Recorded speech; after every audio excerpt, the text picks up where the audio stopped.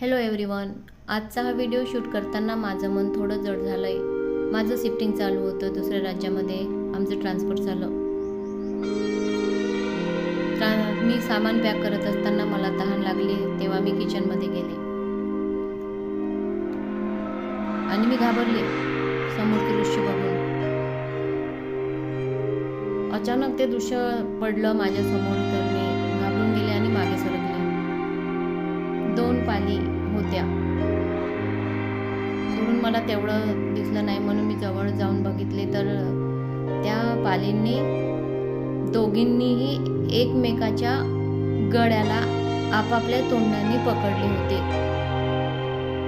दोन्हीही पालींनी. कदाचित त्या झगडा करीत असाव्या आणि दोघींनी एकमेकाचे गळे पकडल्यामुळे दोघींना पण हालचाल करता येत नसावा. मी घाबरले आणि एकदम मागे सरकले. तशीच घरामध्ये पूर्ण पसारा. पॅकिंग करीत असल्यामुळे पूर्ण पसारा होता. आधीच मी पालीला खूप घाबरत होते, पण त्यांचा झगडा पाहून मला अस्वस्थ झालं. मला असं वाटत होतं की त्यांना वाचवावं, तरी मला काही सुचेना. मी जवळ पण जाऊ शकत नव्हते. मला वाटले की मी त्यांच्या जवळ गेले तर ते माझ्याच अंगावर येणार. मग काय करावं ते सुचेना. मग मला असं वाटलं की मी ओट्यावरती चढून काहीतरी करू शकते त्यांच्यासाठी. आणि मी मोबाईल खाली ठेवला आणि झाडू हातामध्ये घेतला. मग ओट्यावरती चढून फुलझाडूने त्यांना हळूहळू, म्हणजे त्यांना दुखापत नाही झाली पाहिजे असं म्हणून त्यांना हळूहळू काढण्याचा प्रयत्न केला. पण त्या दोघींनी इतके गळे घट्ट पकडले होते की ते त्यांनी निघत नव्हते आणि त्यांच्या गळ्याला ब्लड पण लागलेलं होतं. दोघींचे स्किन पण निघलेली होती गळ्याजवळची.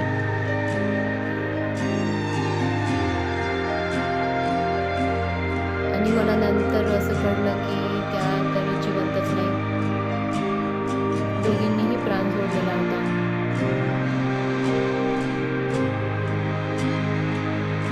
आज मी हे घर सोडते आणि त्या 2 जीवांनी कायमचा संसार सोडला होता.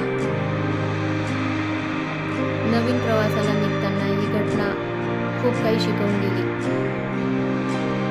माणसाला असो या पशुपक्षीला रागावर नियंत्रण ठेवता आले पाहिजे.